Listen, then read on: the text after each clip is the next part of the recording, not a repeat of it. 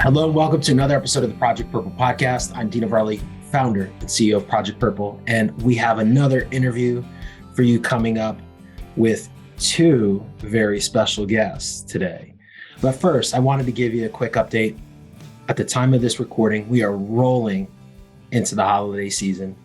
We've had runners finish races in Berlin, London, Twin Cities, Chicago, New York City, and other events across the country. We've also had gyms and group fitness teams hosting our push-pull events and all sorts of other fundraisers. And I just wanted to say a big thank you to everyone who's helping to spread awareness, raise funds, and help us fight for a world without pancreatic cancer. If you'd like to see how you can get involved, visit projectpurple.org and follow Project Purple on all social media channels. We're also heavily recruiting for our 2023 races that we've opened up so far, many that include Chicago Marathon, New York City Half Marathon, Berlin Marathon, and the London Marathon. From all of us at Project Purple, happy holidays and safe travels. Without further ado, let's meet our special guest today, coming to us all the way from the podcast studio, making, I think, his first official appearance on the Project Purple podcast as a guest, the one, the only producer, Sam DaCosta, our marketing manager. Welcome to the Project Purple podcast as a guest, Sam. Yeah, been editing these since we've been doing them, but this is definitely my first time on camera, at least. I've been told I have a face for radio, but we'll see how this plays on YouTube. I would concur with that. And a frequent guest, someone who probably holds the record now as most guests on the Project Purple podcast, the one, the only program manager, Vin Camp. Vin, thank you for once again gracing us with your presence here on the Project Purple podcast. My pleasure to be on. Hello, everybody. Just bringing back some memories of that old office. I think we were the original 3 on episode 1 or something like that, right? Something around there at the old office. A little bit different now. We're in different areas. We're on Zoom. We're not sitting around that little table, but good to be on and excited to share some news with everybody. Absolutely. So thank you guys for joining us today on this special episode. And today's special episode is really, we are going to review our 2022, and then we're going to go into 2023 with all the great things that our community is going to be involved in 23. But before we get there, let's talk 2022. And I'm going to tee this up here. You know, for those that are frequent followers on social media, frequent listeners to hear the podcast, I know we've done some episodes over the past year on our teams with various people from our teams. And so this was a record year. We haven't closed the books officially because we, as a nonprofit, go from January to December. That's our calendar year. That's our fiscal year that we use as the calendar year. So we still have, at the time of this recording, we still have plenty of time here to have this end of the year surge and the end of the year giving. So we are cautiously optimistic that the record will continue to inch higher and higher as we continue through December. But we already know it's a record year for what we've already done as of December 1st. We know this is our best financial year ever in terms of funds into the program and into the charity. And there's been some great things that have happened over the last 12 months. And, you know, from the leadership standpoint, this year was really weird. You know, and how do I put this? 2021, we saw some sense of normalcy. We saw community, you know, kind of rally around us, you know, previously during the pandemic when everything was closed down and all of our events were shut down. We saw this massive virtual presence. Going into 21, there was a lot of talk globally, not just here in the United States, but globally about things kind of being shut down again. And I think as a business leader and as a CEO, you kind of have to take those comments and the suggestions out there from a variety of people, really in warning in how we plan and what we do. So 21 was a weird year because we didn't know, there were so many unknowns. And then going into 22, there was still some chatter about, things being shut down, races not happening, travel restrictions. But I think we saw early on in the beginning of the year that that wasn't going to be the case. And I think once we hit kind of like a certain point in April, it just was like full steam ahead. It was like I just watched that movie, Bullet Train on Netflix over the weekend. And, they have those trains that do, 200, 300, almost 300 kilometers an hour, overseas. And that's what it felt like. We were on a bullet train, making these various stops at these stations across this year, but we were chugging, man, really, really fast. And then we added some pieces throughout the year as things started to look more normal, I should say, or more like 2019 in the sense of people's appetite for gathering and building community. So it really was just kind of a great year for so many things. So what we want to do today, I've asked the staff here to come up with their top 5. And so we're going to do this in reverse order of inception to the organization. So Sam D, since you were with us, you left us, and now you're back. You've only been here for full time for about 2.5 months, almost 3 months. Your top 5 is going to go first. So with that, I'm going to hand the mic off to you, and you can share some thoughts about your experience for the year, and then you can get into your top 5. And how we're going to do this is you're going to go bottom to top. So your 5th, 4th, 3rd, 2nd, and then end it with your 1st. Gotcha. All right. I did mine in kind of no particular order, but I'll try to quantify. But these are all, I mean, especially like jumping back on in the last half of the year, all of these events happened so fast, and they were like having, been back. Like I think it added a little extra emotion to kind of these experiences and made them really special. I'll just start with Chicago being my first marathon back on the team. Um, doing the travel, being on those bridges again where I'd been years and years and years ago. Years and years, I say that. It was probably like 2018 or 2017 or something like that. But being on those bridges and filming again and like running in and going like, oh, I remember getting this camera angle for this, and like trying to put the video together and like remembering just how exciting that is. That was really cool. That definitely belongs on the top 5.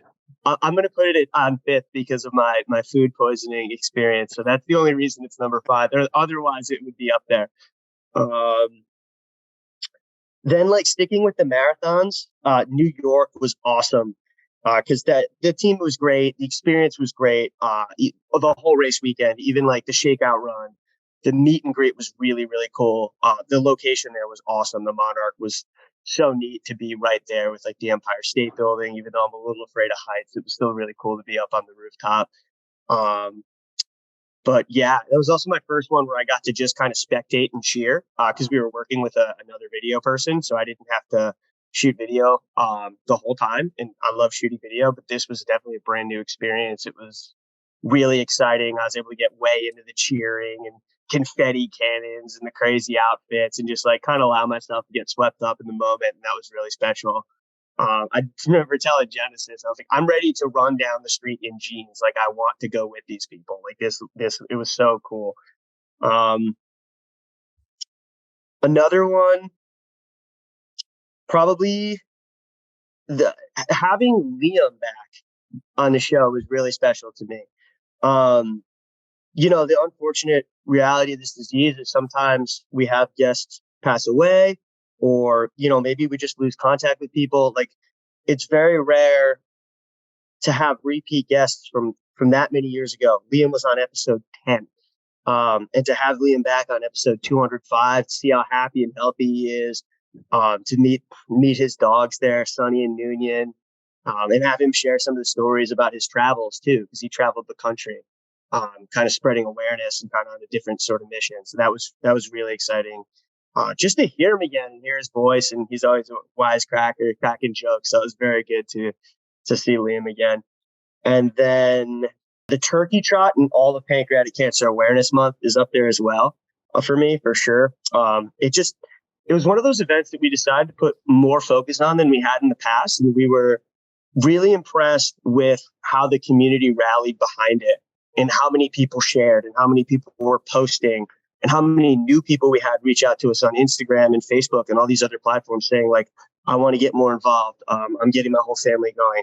And then I even got to have, my mom, my aunt, and my fiance run it with me too on my own personal level. So that was a lot of fun to get everybody involved there. I think the marathons are always going to be like, I think number one for us, but it was definitely cool to see something that's a little bit easier barrier of entry, like gets more people involved and kind of gets people rallying who otherwise might not be out there. So that was definitely exciting. And then to me, number one was truly the day that we found out we broke our record, because even though I think we did it, we had like half people in the office, half people on Zoom. It just got chills, man. Like you could just tell like the way it rippled through the team. Like they were just had that different kind of electricity. It's so funny that kind of moment compares like that thing that's done just kind of in-house that we talk about. It's just a little announcement, like to me compared with the emotion of some of those marathons and stuff like that. But I think part of why it compares is because, for marathons, for those runners, they have a whole training cycle. And, for us, we put a whole year's worth of work in just to find out that we hit that number finally. So it's a different kind of scale. It's a different kind of feeling, but it still brings a lot of emotion and electricity. So that definitely is on my top 5. I love it, man. I love it. I'm going to save my thoughts to the end when we review 2022. And I am going to ask so that we don't repeat any here, but there's going to be like, I know this is a hard thing that I asked you guys and for our audience listening and watching, like to really pick 5 things out of a year. That's really hard. So we're going to have some other ones here that we'll list once we get through ours that maybe aren't mentioned, because there's so many. I mean, Sam, to your point, like it's a whole year's worth of work. Like trying to narrow that to 5 choices is just so hard. And this is a testament to the community at large, right? Like we have such a great community that supports us and allows us to do all these great things. So great stuff there, Sam. And I like how you threw Chicago in there as the as kind of one of your favorites, even though you did get sick there at the very end, and you were still a great team player, getting out there and getting some footage and doing what you got to do, getting the job done before you called it quits. Then let's head over to you and hear your top 5 for the year. Again, going in ascending order, so starting from 5 and going up to 1. Yeah. It was a roller coaster year, right? And I had a lot of like changes. So there was a lot of, internally. So there was a lot of, moving parts on my end. But my number 5, or my first one I'm going to say, was actually finally going international and getting those 2 teams out in Berlin and out in London. To have those teams there. I know we weren't, you got out to London, but we weren't able to get to Berlin. We weren't able to do what we do in like New York and Chicago and stuff in the States.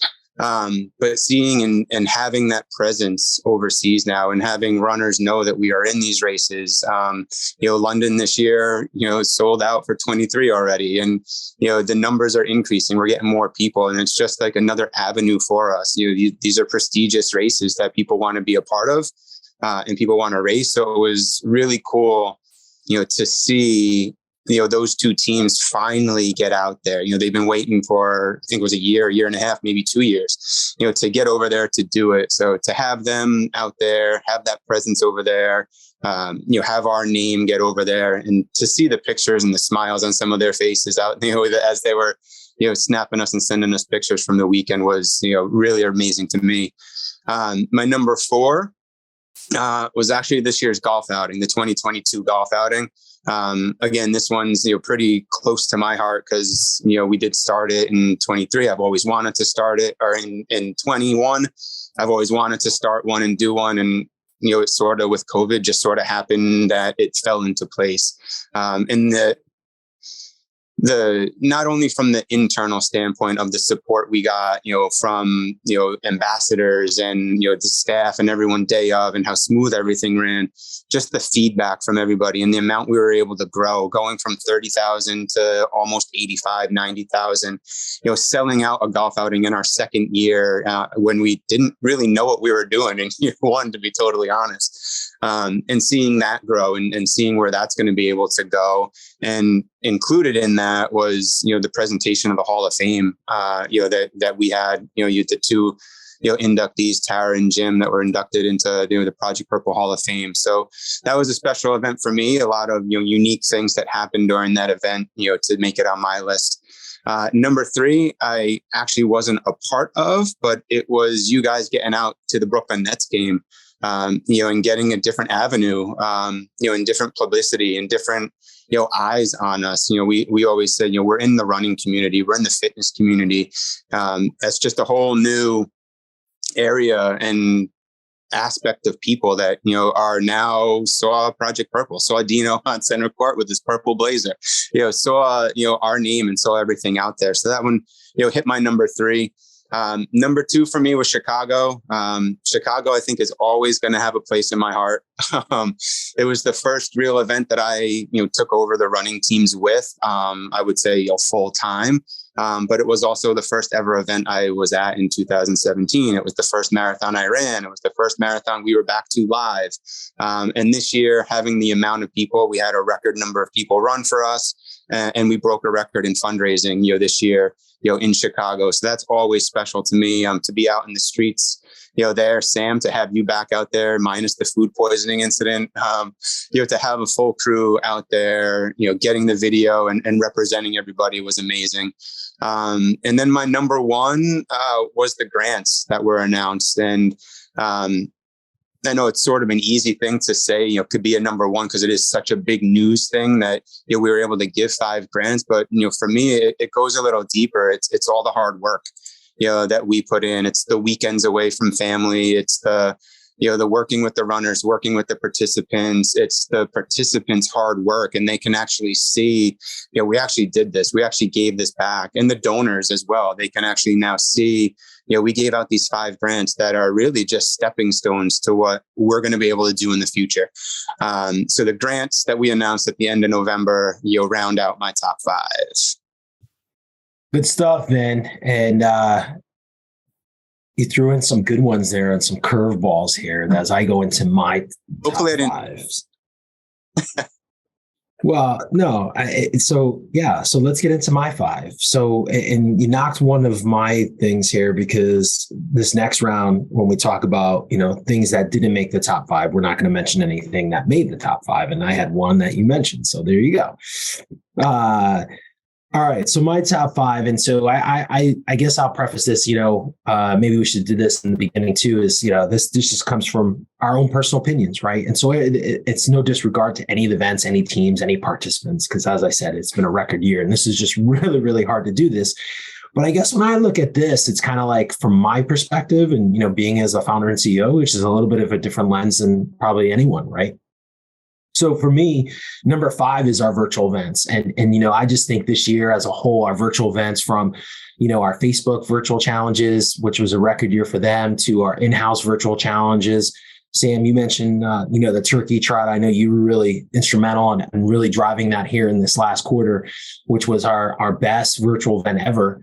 It's just really wild to me because, as I said in the beginning of this podcast, as we entered into 22 and as we were in 21, we were still doing a fair amount of virtual events, and clearly there's still an appetite for virtual, in the sense that I don't think it's saying like, hey, like we want to, not get together and gather with people. It's more like, hey, let's meet people where they are. Right. And unfortunately we can't, we're such a small organization in terms of staff.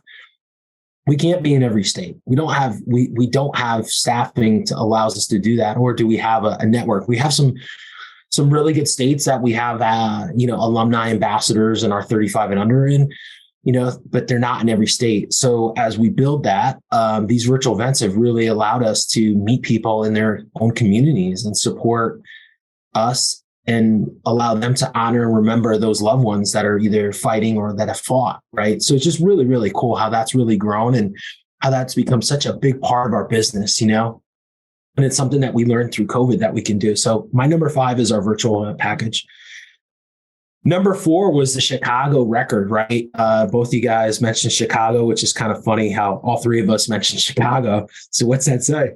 Chicago knocked it out of the park this year, set a record for runners ran in the race on race day, and then also funds raised, which is just awesome.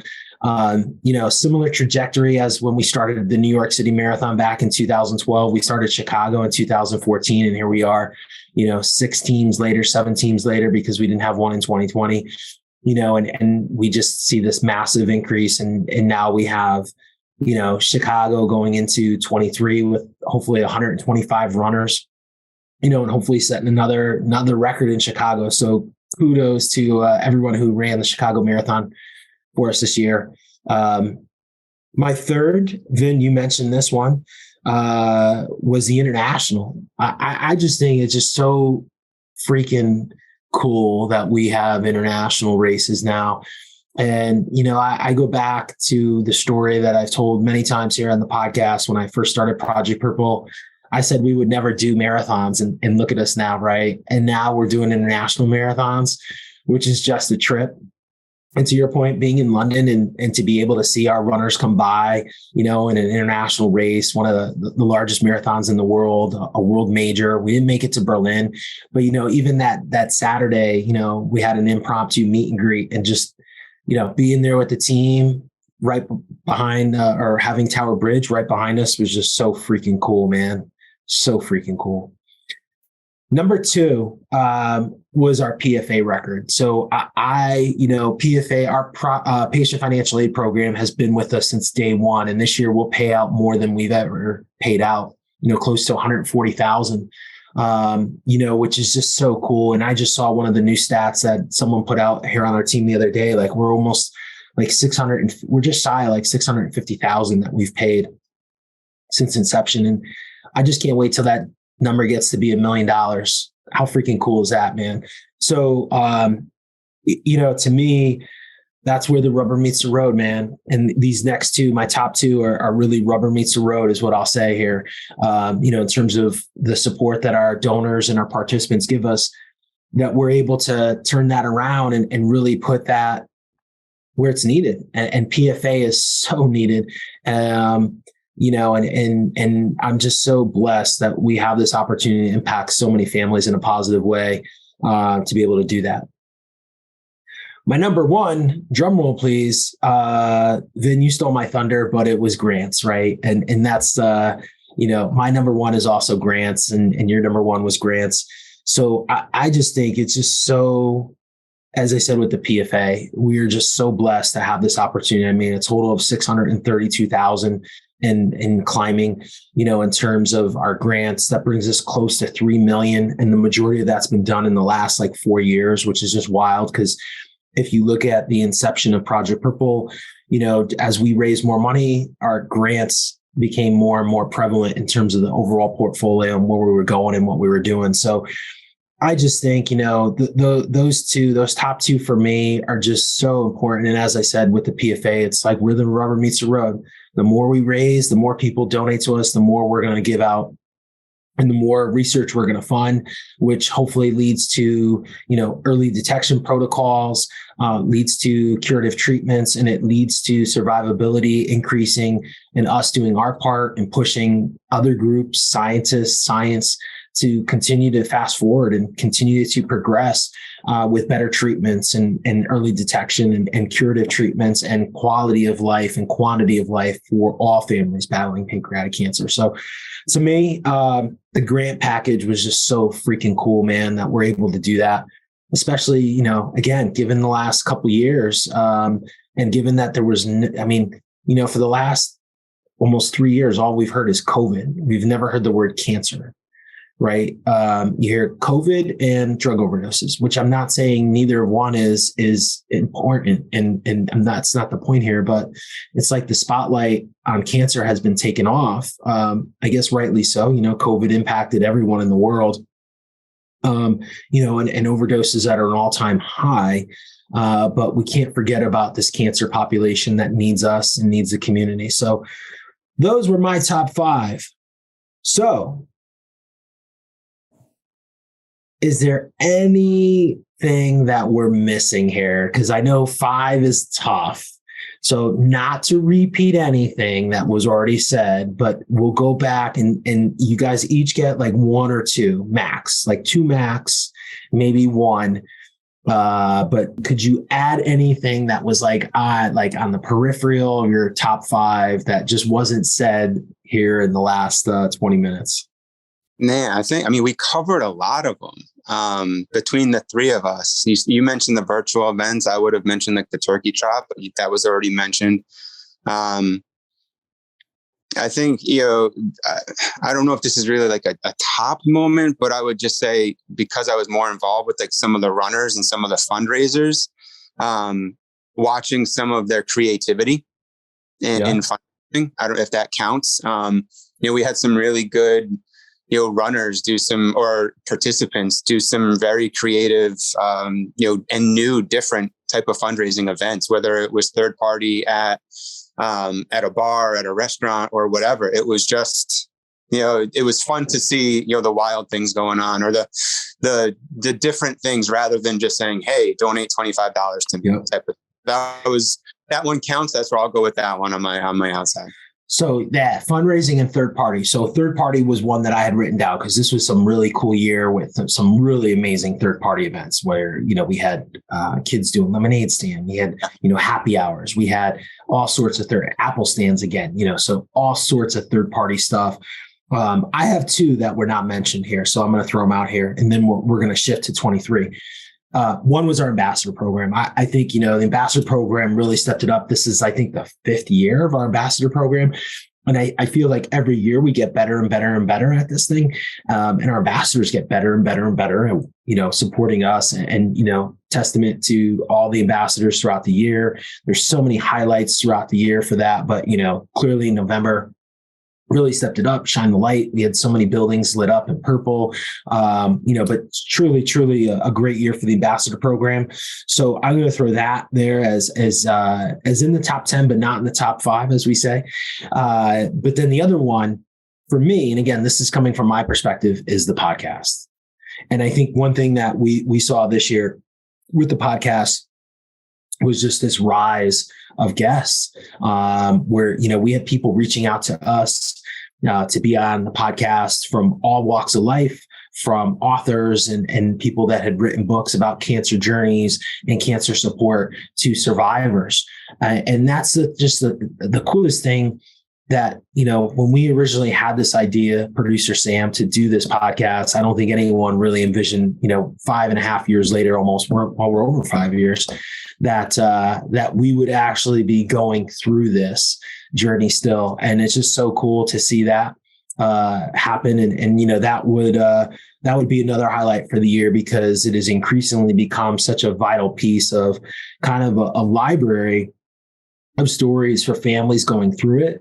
Sometimes we do deviate from a lot of things in the sense of like, it's not always survivors or science. Sometimes we bring our participants to talk about the great things they're doing. Sometimes we bring podcasts together like this to talk about, recaps and talk about future events and stuff like that. But it does have an extensive library of survivors sharing their stories, scientists sharing what they're doing in the science for the disease. It's just really cool how that's just kind of evolved and just become such a vital piece, I feel, in this community of pancreatic cancer. So before we move on to the next segment, I would love to hear our listeners' comments on what their top 5 for our 2022 year was. Whether you're a listener or a participant or however you've been, involved with us, just let's hear what your top 5 is. So shoot them in the comments, wherever you're listening to this, and we'd love to hear what you say. I love it. I can't wait to read those comments and see what people thought their top 5 was. Let's talk 2023 here. So let's, some of these, so full disclosure here, some events we have booked already. We are at liberty to talk about, and others we do not. But as everyone knows, I think the best place to kind of keep track of all things Project Purple, clearly our website, projectpurple.org. Follow us on all social media channels because we love teasing stuff out there. Sometimes we'll throw some stuff on Instagram stories that doesn't show up on Twitter or Facebook, and vice versa. Sometimes we'll post links on Twitter and sometimes we'll post stuff on Facebook. So make sure that you're following us across the board on all our social media channels. But we've got an exciting year coming up. The clock resets itself at 0 January 1.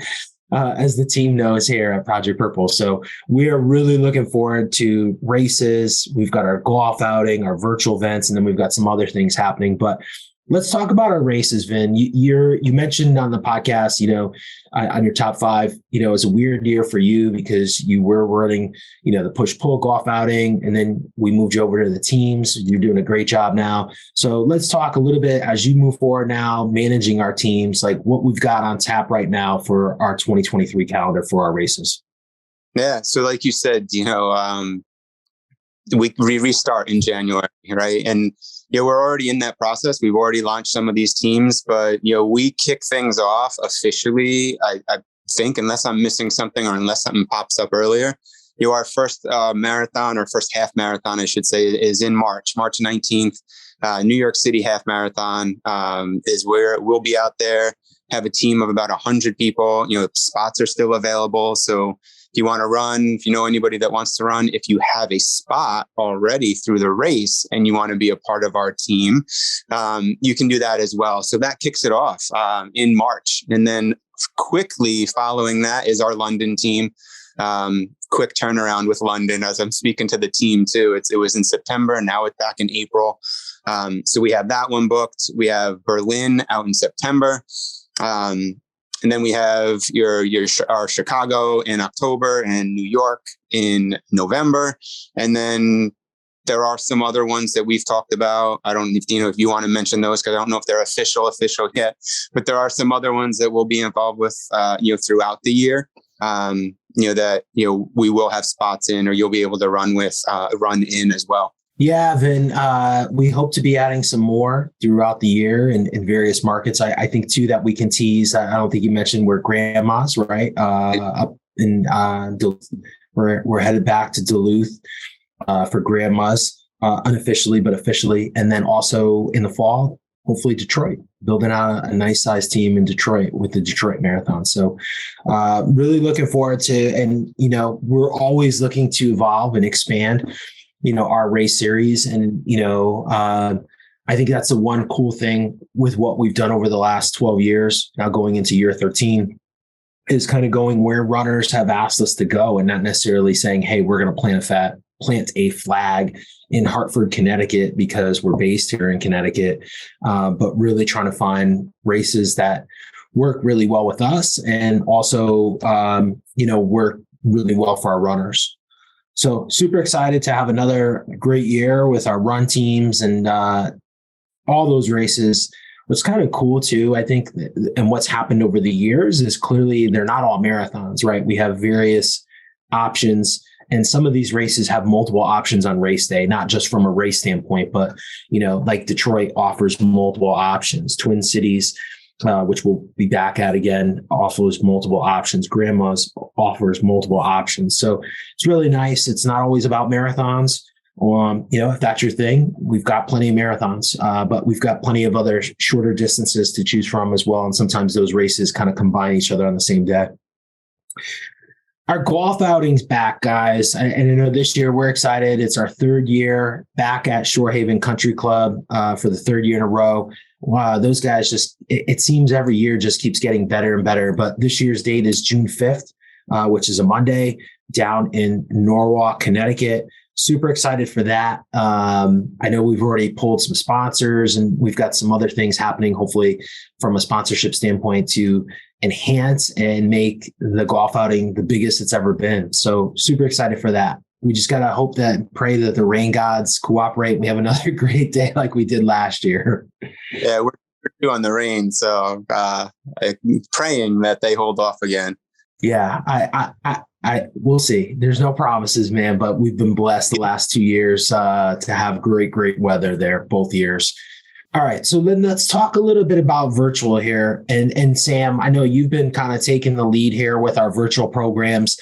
We're excited. As I said, when we talked about the top 5, we all kind of mentioned the virtual in some capacity, and we're bringing all those things back. So let's talk a little bit about that, Sam.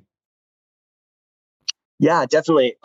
So for starters, I think it's pretty safe to confirm that just about all of like the virtual events from last year, they might look a little bit different, but at least in the capacity that they were at are going to be back. And we're looking into some other ways to ramp things up. Sorry to be a little bit vague, but we are kind of making sure that we're dotting our I's and crossing our T's with some of the details.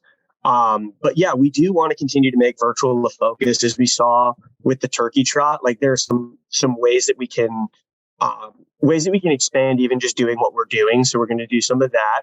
And then our challenge series, which is kind of run through like a partnership that we have, did really well and continues to do really well. And, interestingly enough, the dog walking challenge in particular happened at the same time as the turkey trot. So not to get like too inside baseball on you guys, it really just proved that we can even run a couple of these events at the same time, and they could still be really awesome events and really great experiences for everybody.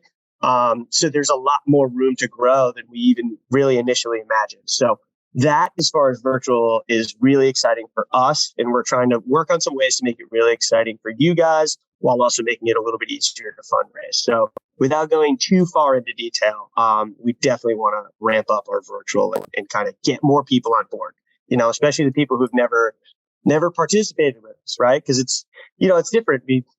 Okay, I don't know if I'm ready for a half. I don't know if I'm ready for a full. You wonder if you kind of lose people sometimes. But when it's something there's different levels to, you can walk a mile, you can walk your dog. Like we can make it super accessible and get all these people involved that, not that they never had a chance to, but sometimes when you're participating in your own things, it's not as much of an experience. And when we're all together and we can kind of make sure everyone feels like a part of the team, that's really special. So we want to provide that for everybody. Awesome. I can't wait. I think our virtual, like I said, the virtual series is here to stay. It's our opportunity to meet people where they kind of gather in their communities, and just really looking forward to 2023. My last thing that I'm going to close here on as we end this episode is we do hope to have some new events, some new type of events happening in 23 that will probably launch pretty early in the year in that first quarter. So make sure again to get to our website, to follow us on social media, because we are hoping to bring to the table a couple of new, totally outside the box ways of what we've done in the past. And so just really excited to bring that to our community and help support patients battling pancreatic cancer. I'm also looking forward to, another opportunity to fund further research and also, help more patients via our patient aid program. I know we're ever evolving that program to make it the best it could be, to help as many people as possible from all facets, from a financial standpoint, from a living standpoint, and how people battle pancreatic cancer day in, day out. So look for some exciting changes happening in 23 with all of our programs. And just appreciate the support, man. It's been a great year. As we said in the beginning of this podcast, it was a record year, but that is a testament to our community, to our participants, to the supporters out there that allow us to do all the great things we're doing. So with that, thank you for my guests for being here on the Project Purple podcast. It's been a blast. Thank you guys for your thought, your insight, and for all you do for Project Purple. Till next time, folks, please be safe. Enjoy your holidays. Thanks for listening to this episode of the Project Purple podcast. If you like what you hear today, feel free to share this episode. Make sure to follow us wherever you listen to podcasts, and make sure to follow us here on YouTube as you watch this video. That's a wrap of another episode of the Project Purple podcast.